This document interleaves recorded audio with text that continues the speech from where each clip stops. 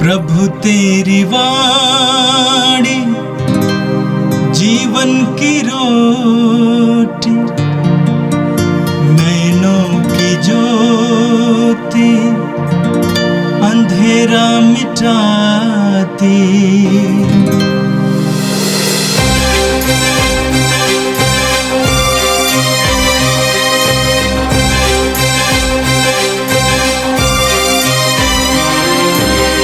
प्रभु तेरी वाणी जीवन की रोटी, नैनों की ज्योति अंधेरा मिटाती। प्रभु तेरी वाणी जीवन की रोटी, नैनों की ज्योति अंधेरा मिटाती। वाणी वाणी वाणी वाणी वाणी पवित्र है, शाश्वत है, जीवन का मन्ना है। 19 जुलाई शुक्रवार। पहला पाठ नबी इसायास का ग्रंथ, अध्याय 38, पद संख्याएं 1 से 8, 21 से 22 तक।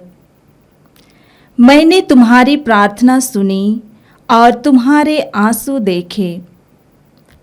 उन दिनों हिजकिय्याह इतना बीमार पड़ा कि वह मरने को हो गया। आमोस के पुत्र नबी इसायास ने उनके यहाँ जाकर कहा, प्रभु यह कहता है, अपने घर बार की समुचित व्यवस्था कीजिए, क्योंकि आपकी मृत्यु होने वाली है, आप अच्छे नहीं हो सकेंगे।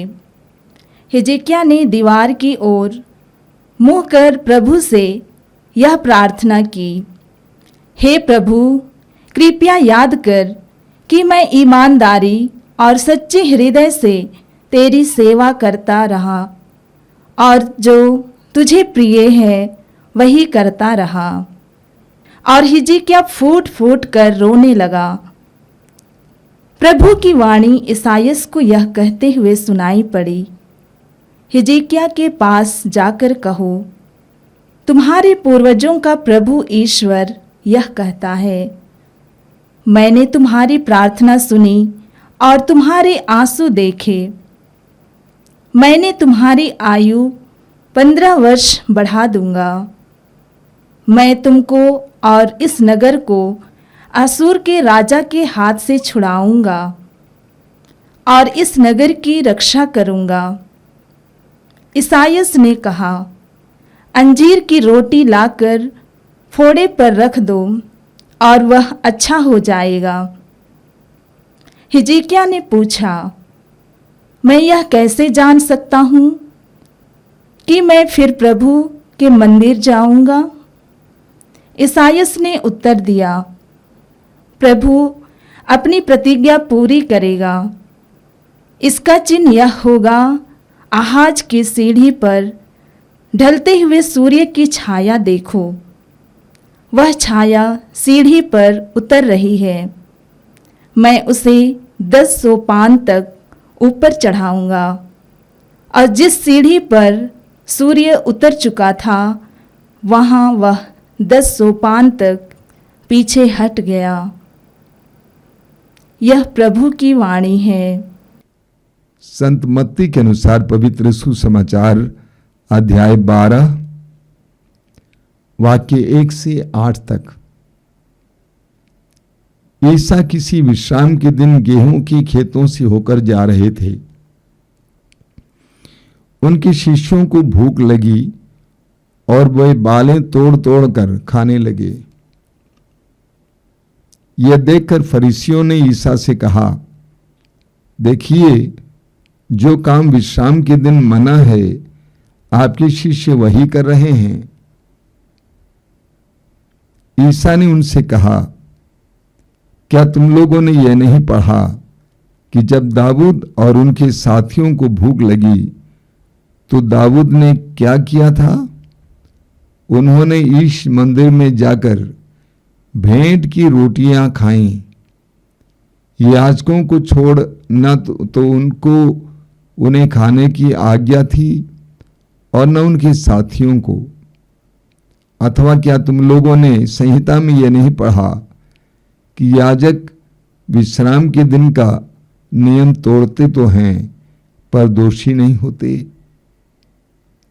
मैं तुमसे कहता हूं, यह वो है जो मंदिर से भी महान है।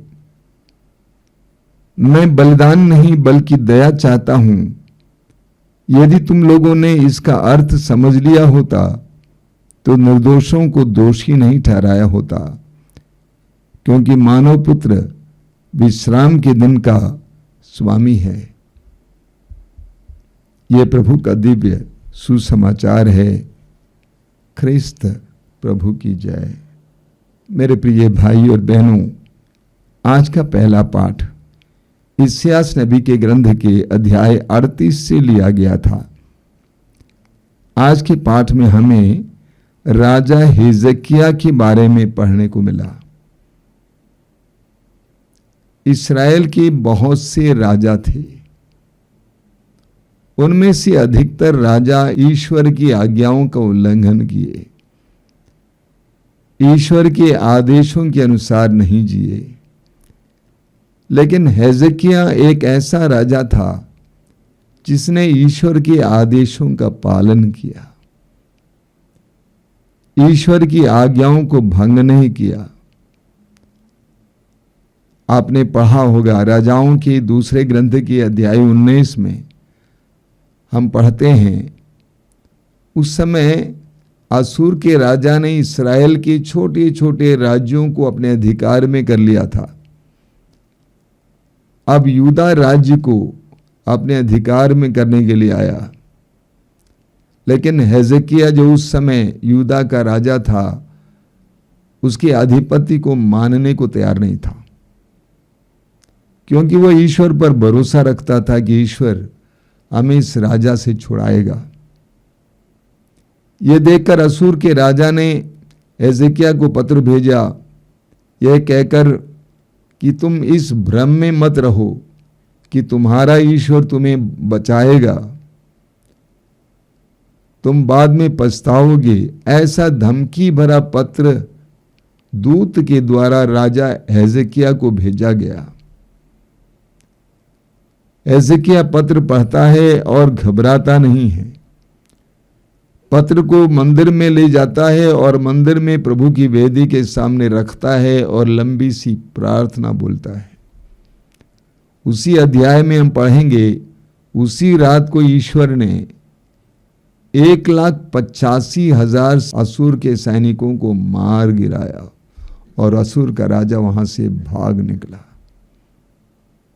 अब आज के पाठ में आपने सुना कि उन दिनों हिजकिय्याह इतना बीमार पड़ा था कि वह मरने को हो गया। आमोस के पुत्र नबी यशायाह ने उसके यहां जाकर कहा, प्रभु ये कहता है, अपने घर बार की समुचित व्यवस्था करो, क्योंकि तुम्हारी मृत्यु होने वाली है, तुम अच्छे नहीं हो सकोगे। हिजकिय्याह ने दीवार की ओर मुंह कर प्रभु से प्रार्थना की, प्रभु कृपया याद कर कि मैं ईमानदारी और सच्चे हृदय से तेरी सेवा करता रहा और जो तुझे प्रिय है वही करता रहा। और हिजकिय्याह फूट फूट कर रोने लगा। जब हिजकिय्याह गंभीर रूप से बीमार पड़ा हुआ था, यशायाह नबी ने उसके पास आकर कहा कि सब कुछ सही सलामत रखो, क्योंकि तुम मरने वाले हो। हिजकिय्याह इस बात को ग्रहण करने को तैयार नहीं था। वचन में लिखा हुआ है, हिजकिय्याह ने दीवार की ओर मुंह कर प्रभु से प्रार्थना की, प्रभु कृपया याद कर कि मैं ईमानदारी और सच्चे हृदय से तेरी सेवा करता रहा। मुंह को दीवार से सटाकर, देखिए दीवार की ओर अपने मुंह को कर उसने प्रार्थना की। आपने ख्याल किया होगा, कभी कभी बच्चे जब बहुत ज्यादा पीड़ित हो जाते हैं, अपने दुख को छिपा नहीं पाते हैं, जब बहुत ज्यादा अकेलापन महसूस करते हैं, तो बच्चे दीवार की ओर अपने मुंह को करके फूट फूट कर रोते हैं। हिजकिय्याह ने एक बच्चे की तरह इसी तरह रोया। और प्रभु का हृदय पिघल गया। प्रभु की वाणी यशायाह को यह कहते हुए सुनाई पड़ी, हिजकिय्याह के पास जाकर कहो, तुम्हारे पूर्वजों का प्रभु ईश्वर ये कहता है, मैंने तुम्हारी प्रार्थना सुनी और तुम्हारे आंसू देखे, मैं तुम्हारी आयु 15 वर्ष बढ़ा दूंगा। मेरे प्रिय भाई और बहनों, हमारे जीवन में जब बहुत बड़ी विपत्ति आ पड़ने वाली है और हमें इसका एहसास होता है, पता चलता है, तो हम क्या करते हैं? हम घबरा जाते हैं। मैंने अपने विश्वासी भाइयों, मसीही भाइयों को देखा है, घबरा जाते हैं। लेकिन हिजकिय्याह क्या करता है? एक छोटे बालक की तरह दीवार की ओर अपने मुंह कर रोने लगता है, अपनी असहायता प्रभु के सामने रखता है, अपने अकेलापन को प्रभु के सामने रखता है। फिलिपियों के पत्र के अध्याय 4 उसके वाक्य 6 में हम पढ़ते हैं, पौलुस कहते हैं, आप किसी बात की चिंता ना करें, हर जरूरत में प्रार्थना करें, विनय तथा धन्यवाद के साथ प्रभु के सामने अपना निवेदन रखें। हिजकिय्याह ने यही किया। एक दुर्बल बच्चे की तरह, असहाय बच्चे की तरह अपनी उस कठिन परिस्थिति में, अपनी उस मृत्यु की अवस्था में अपना चेहरा दीवार की ओर करके प्रभु से फूट फूट कर रोकर प्रार्थना किया और प्रभु ने उसकी प्रार्थना को स्वीकार किया। और प्रभु ने क्या कहा? प्रभु ईश्वर ये कहता है, मैंने तुम्हारी प्रार्थना सुनी और तुम्हारे आंसू देखे, मैं तुम्हारी आयु 15 वर्ष बढ़ा दूंगा। हमें भी यही करना होगा। अंत में हम पढ़ते हैं कि यशायाह ने कहा, अंजीर की रोटी लाकर फोड़े पर रख दीजिए और वो अच्छे हो जाएंगे। और राजा अच्छा हो गया। हिजकिय्याह ने पूछा, मैं ये कैसे जान सकता हूं कि मैं फिर प्रभु के मंदिर जाऊंगा? जब हिजकिय्याह अच्छा हो गया तो उसकी चाह थी कि मैं प्रभु के मंदिर जाऊंगा। उसका दिल प्रभु के मंदिर में था। जिस तरह स्तोत्र 42 में स्तोत्रकार कहता है, जिस तरह हिरणी जलधारा के लिए तरसती, उसी तरह मेरी आत्मा तेरे लिए प्यासी है। स्तोत्र 63 में लिखा हुआ है, मेरी आत्मा तेरे प्रांगण को देखने के लिए तरसती है, तेरे मंदिर में जाने के लिए तरसती है। यह हिजकिय्याह का व्यक्तित्व था। हम हर विश्वासी को हिजकिय्याह से सीखने की आवश्यकता है। समय निकाल कर जरूर पढ़ें। और आज का सुसमाचार संत मत्ती के सुसमाचार के अध्याय 12 से लिया गया था।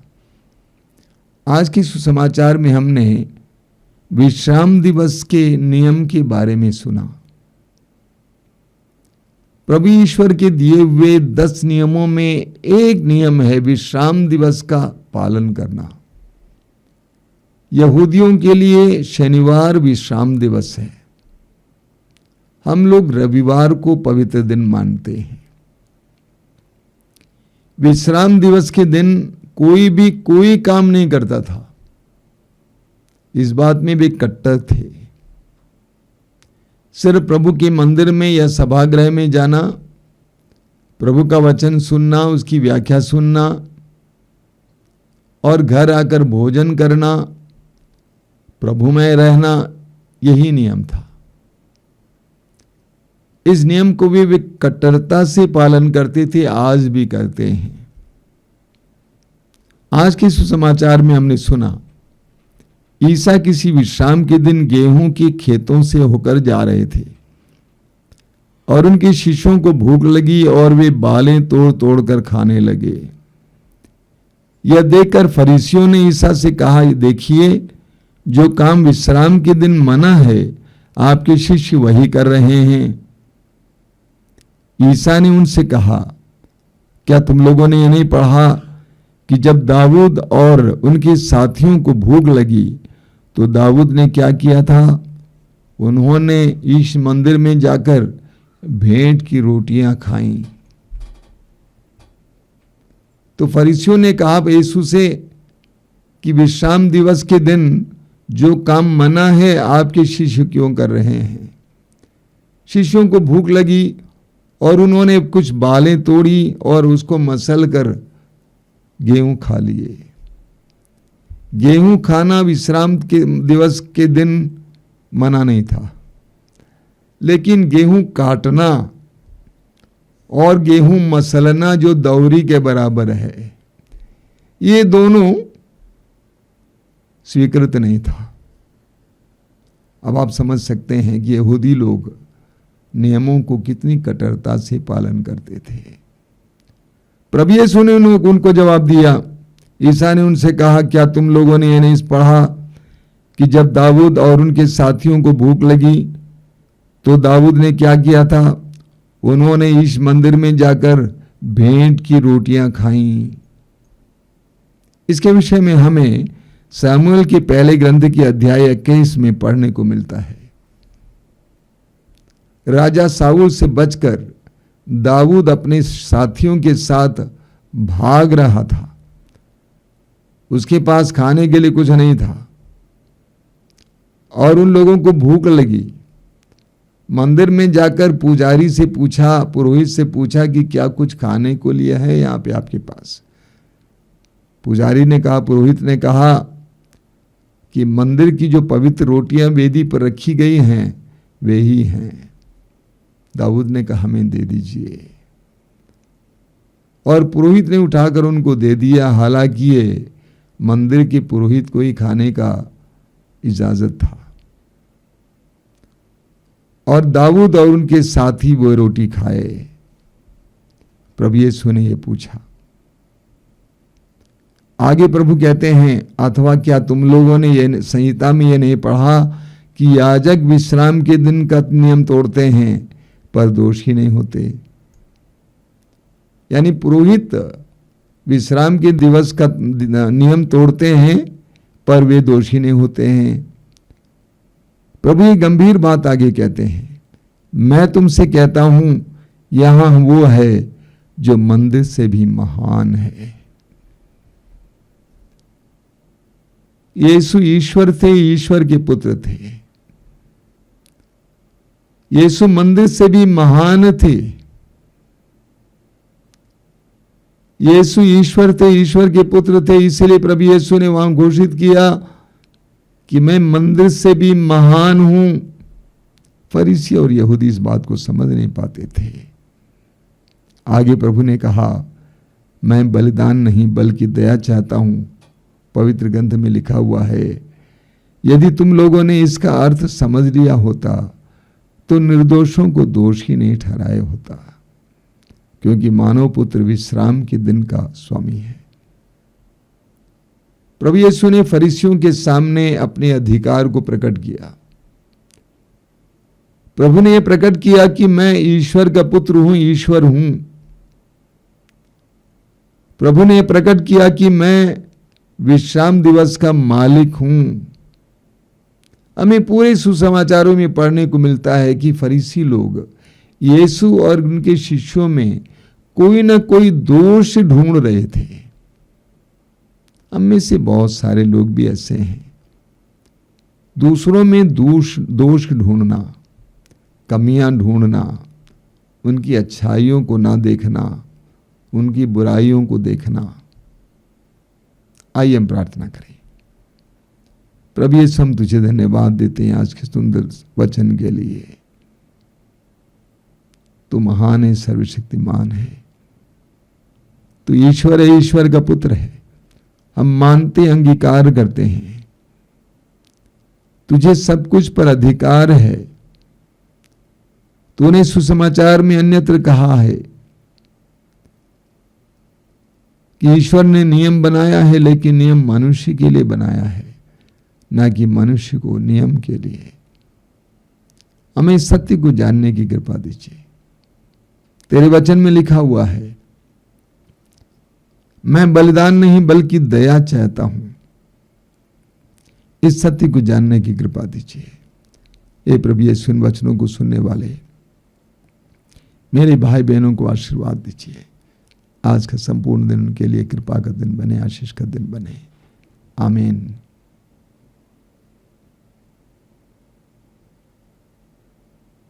प्रभु तेरी वाणी जीवन की रोटी, नैनों की ज्योति अंधेरा मिटाती। वाणी वाणी वाणी वाणी वाणी पवित्र है, शाश्वत है, जीवन का मन्ना है।